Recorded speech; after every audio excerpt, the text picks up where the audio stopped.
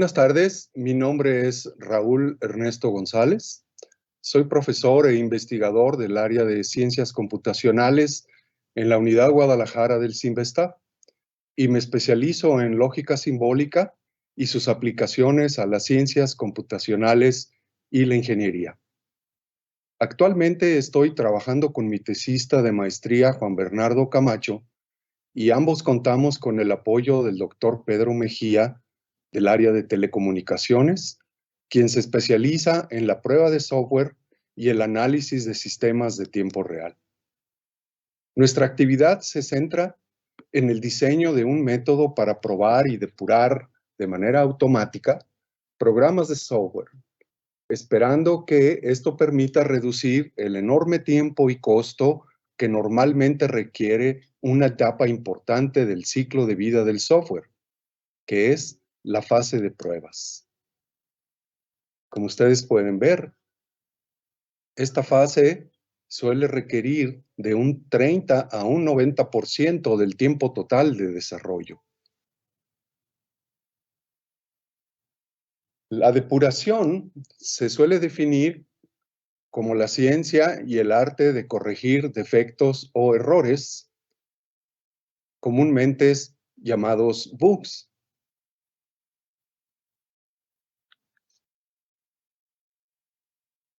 Nosotros estamos particularmente interesados en reparar o corregir los bugs de tipo semántico.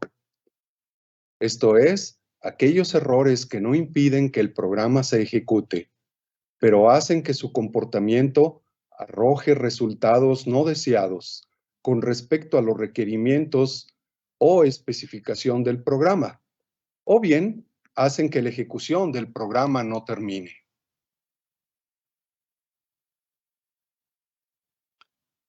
Para nosotros, el proceso de depuración se puede ver como una aplicación de la lógica abductiva, que es una formalización del razonamiento abductivo. ¿Y qué es el razonamiento abductivo? De acuerdo al filósofo y lógico y científico norteamericano Charles Sanders Peirce, quien fue el primero que lo estudió, es uno de los tres modos principales de razonar que solemos llevar a cabo las personas. Los otros dos modos son el modo deductivo, el modo inductivo. Ciertamente estos dos son los modos más conocidos, aunque no necesariamente los más usados. Para ilustrar sus diferencias, Peirce escribió estas tres variaciones sobre un conocido silogismo de la lógica clásica.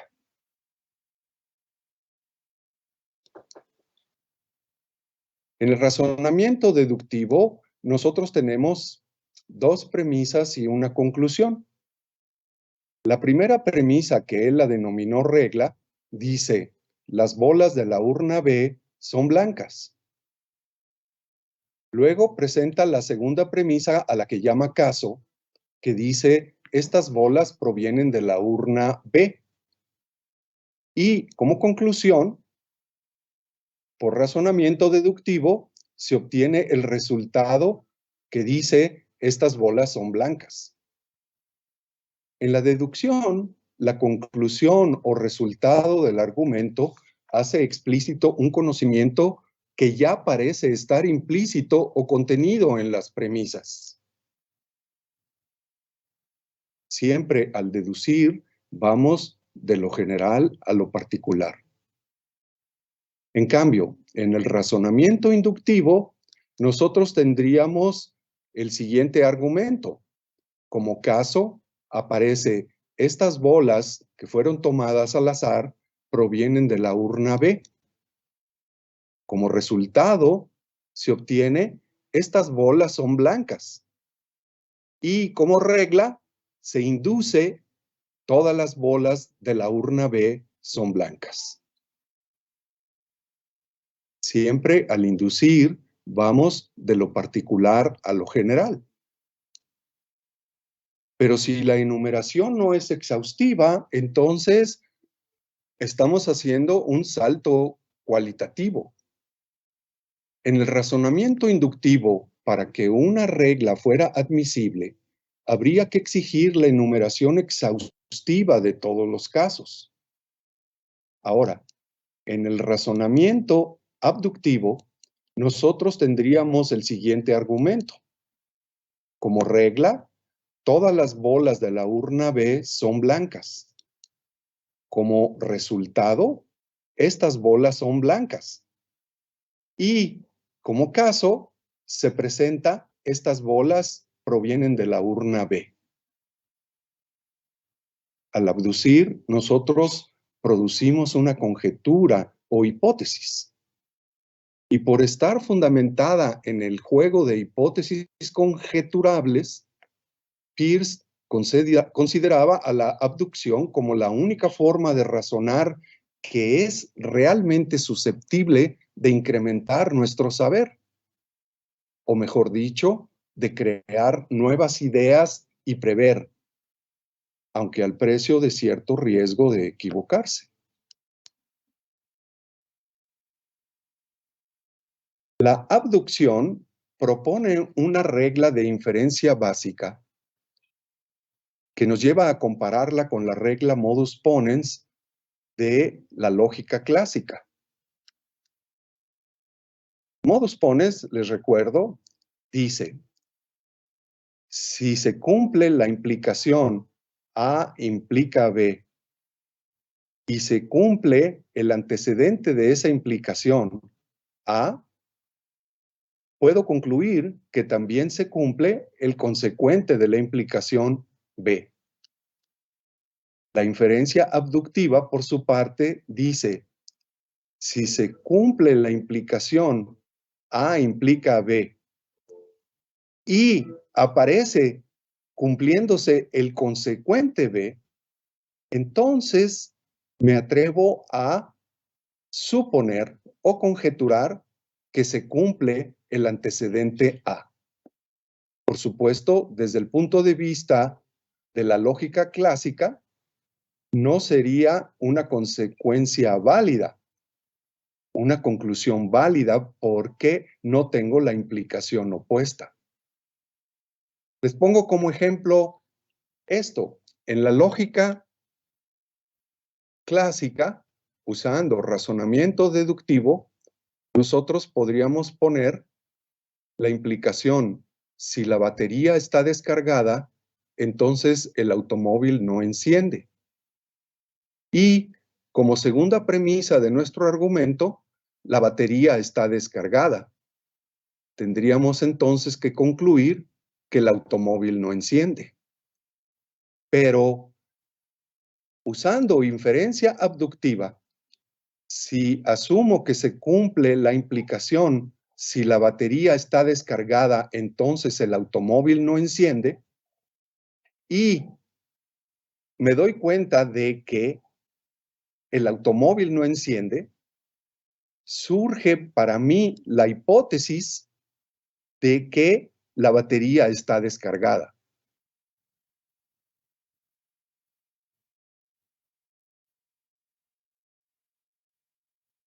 La conjetura se usa para realizar predicciones acerca de qué otras observaciones deberían ser ciertas si esta fuera cierta.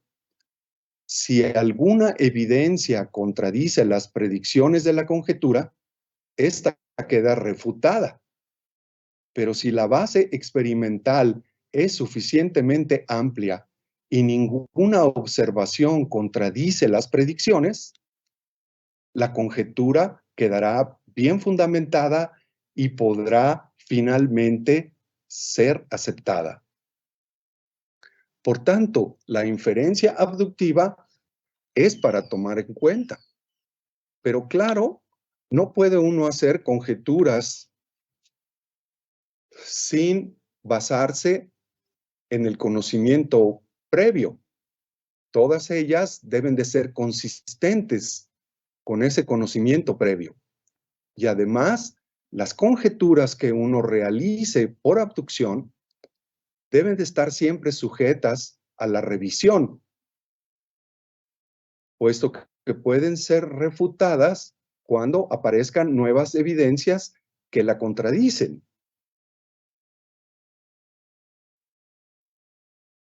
En resumen, la deducción es el único modo de razonar completamente certero. Infiere su resultado como una conclusión necesaria. La inducción, por su parte, produce una regla. Tenemos que realizar muchas veces un experimento y entonces nos podremos aventurar a establecer un patrón o una regla o una ley. En la abducción, que es la menos certera de las tres formas de razonar, una vez realizado el experimento, tratamos de averiguar por qué se ha dado el resultado obtenido y simplemente sugerimos o conjeturamos una explicación. Se suele llamar a la lógica abductiva la lógica de Sherlock Holmes, porque asemeja la manera de razonar del detective, ya que permite relacionar diversos indicios o pistas para formular una hipótesis explicativa aceptable de un hecho, un crimen. Sin duda, abduciendo es la manera en la que el ser humano procede, y por ello abordamos el estudio formal de la abducción en el marco de la lógica como un tema de estudio atractivo, ya que las abducciones no son sino las conjeturas espontáneas de la razón. Y para que esas conjeturas surjan, se requiere del concurso de la imaginación y del instinto. La abducción es como un destello de comprensión, dijo Peirce, un saltar por encima de lo sabido.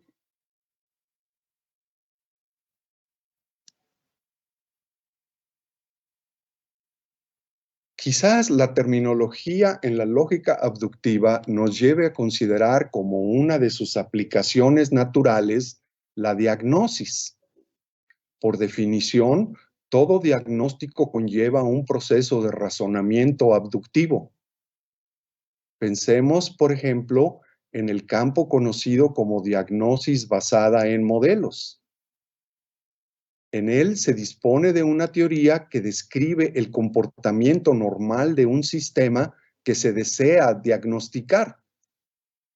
Ante una situación anómala, la abducción analiza las componentes y busca explicaciones del tipo: quizá la componente A del sistema funciona de forma anómala.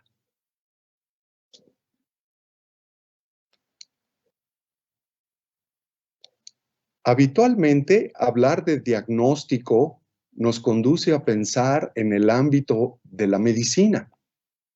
Un médico abduce continuamente. Su conocimiento constituye la teoría.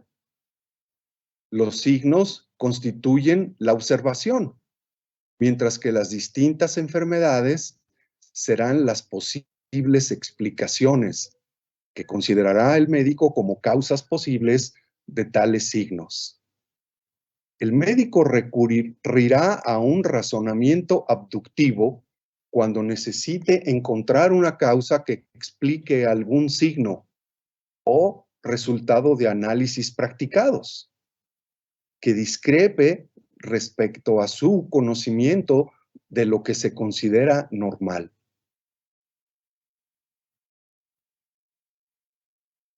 ¿Y cómo podemos aplicar el razonamiento abductivo en la depuración de programas?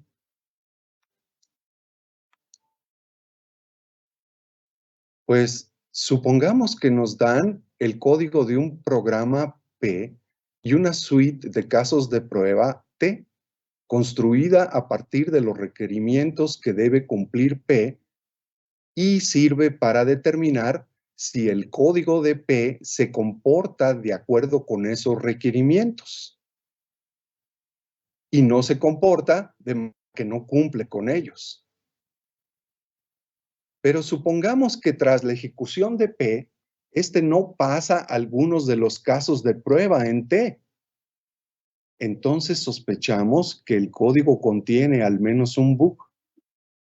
Por supuesto, queremos eliminarlo, es decir, queremos corregir o reparar el código cambiando la o las líneas o instrucciones que contienen bugs y así obtener un código de P que satisfaga a T en un 100%.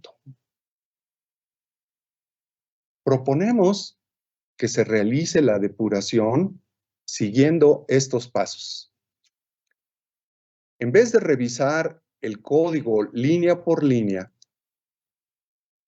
o retroceder en el grafo del programa hasta encontrar el origen de la falla, lo que puede ser muy tedioso y tardado, empleamos una función que ha mostrado ser, a través de numerosos estudios experimentales, de lo más efectiva para decirnos cuál o cuáles son las líneas de código de las que más se puede sospechar que contengan un bug. Esta función es conocida como la métrica o el coeficiente de Ochiai. Ochiai, por cierto, fue un biólogo japonés quien la propuso en 1957 para investigar sobre la distribución de una variedad de peces y no fue utilizada para la localización de instrucciones sospechosas de falla en códigos de programas, sino hasta el 2004, cerca de 50 años después. La métrica de Ochiai o función de Ochiai es esta simple función que ven ustedes aquí, en donde relaciona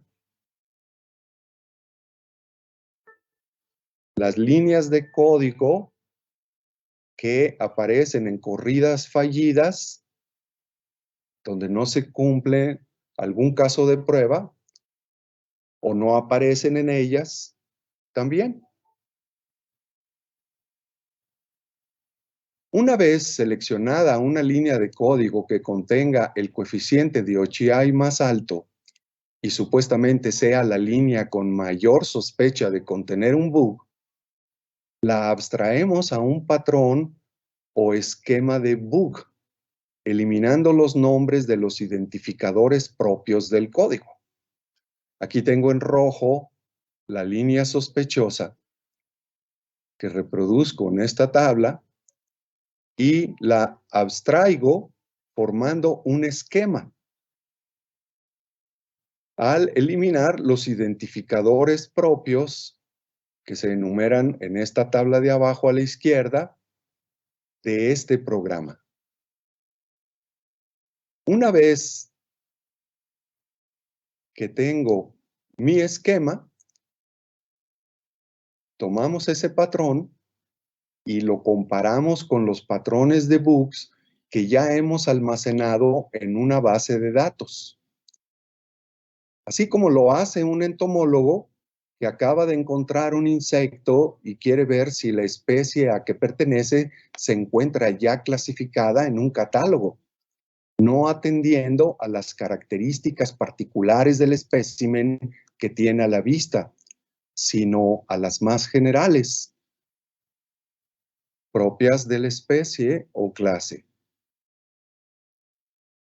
La base de datos se ha construido minando la web por contribuciones de desarrolladores de programas que contenían bugs y decidieron reportar al público la manera en que lograron eliminar los bugs que encontraron y repararon exitosamente los códigos de sus programas. Tanto los patrones de bugs que ellos reportan como los patrones de reparación de bugs ya se han construido y guardado en la base de datos.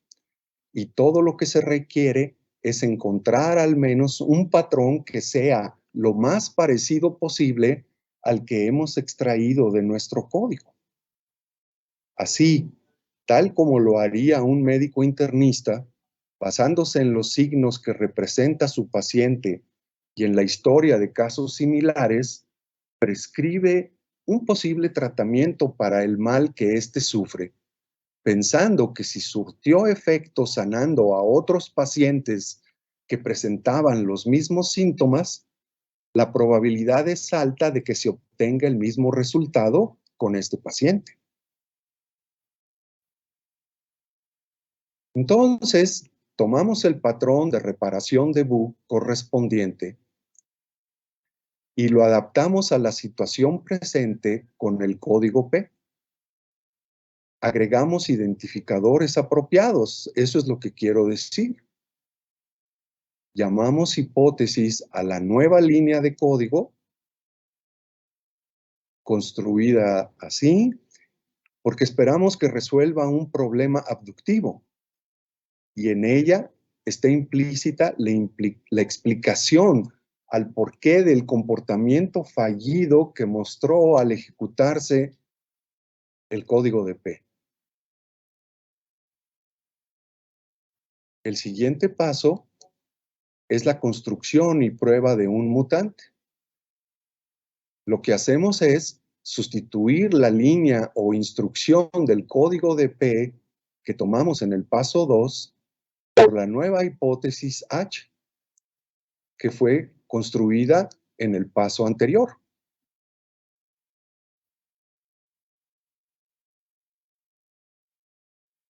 Y formamos un nuevo programa que llamamos un mutante del programa P. Luego se ejecuta el nuevo programa con cada uno de los casos de prueba en T. Y de acuerdo a su puntaje de éxitos, se calcula lo que denominamos el poder explicativo de la hipótesis.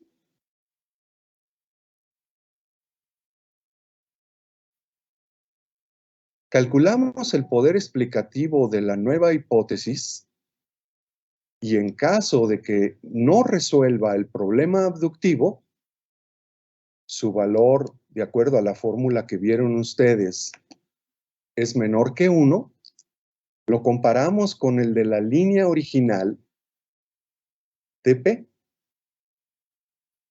Y pueden suceder dos cosas. Si el poder explicativo de la línea original es menor que el poder explicativo de la nueva hipótesis, entonces, tal como lo haría un médico, al observar que la prescripción está dando el efecto de aminorar los síntomas del paciente, aunque no todos, y por tanto se requiere de aumentar la dosis o agregar otros medicamentos que ataquen los demás síntomas. Así nosotros creemos que lo conveniente es llevar a cabo un refinamiento de la hipótesis.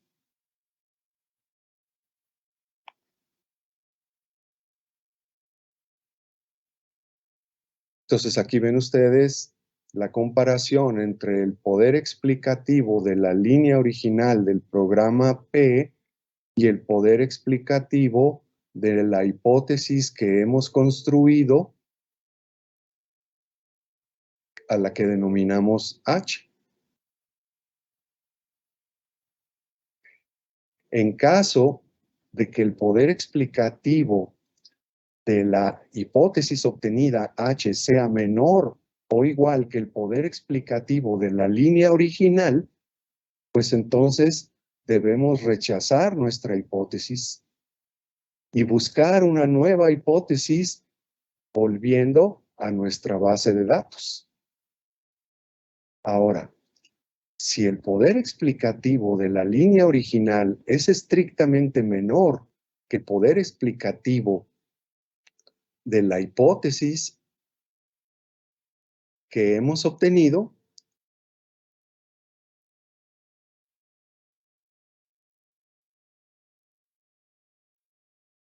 a pesar de que no es igual a 1, con lo cual habríamos encontrado la hipótesis o una hipótesis apropiada que nos permite obtener la reparación completa del programa,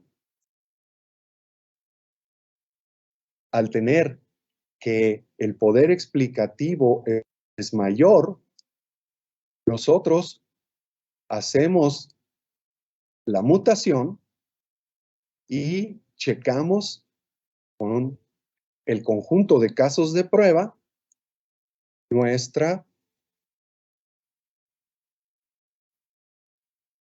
nueva solución.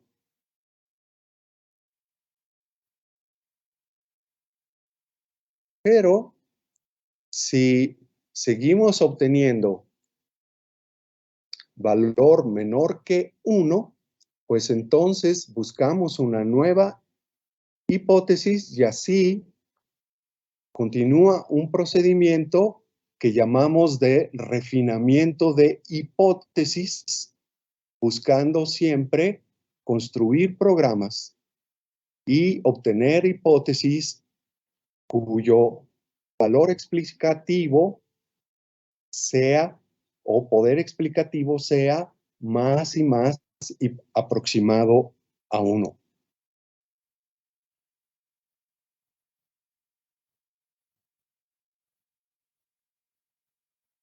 Como han visto ustedes, los depuradores de software tienen mucho en común con todos estos médicos, entomólogos, detectives que he mencionado.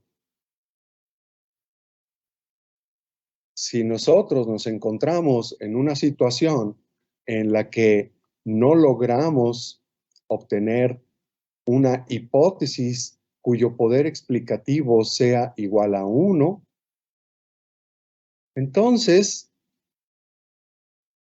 podemos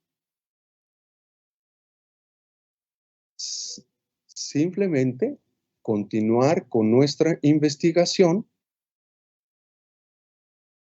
esperando que un buen día brote esa chispa que ilumina el camino por donde se llega a una solución. Difícil que no encontremos una solución. Hasta ahora hemos tenido mucho éxito. La base de datos de programas con bugs que hemos logrado minar de la web, hasta ahorita tiene 341,856 muestras. Interesante es notar que solo aparecen 16,000, casi 17,000 patrones de bugs. Y como remedios, solo se han encontrado en esta base de datos 23,017 esquemas. Quizá el problema que no logremos resolver mediante este método nos lleve al descubrimiento de nuevos esquemas de bug y también esquemas de reparación de bugs. Bien, pues aquí termino. Muchas gracias por su atención. Y ahora les digo que tendremos que hacer una pausa para que luego a través de Facebook se establezca la mesa redonda con los profesores invitados. Gracias de nuevo.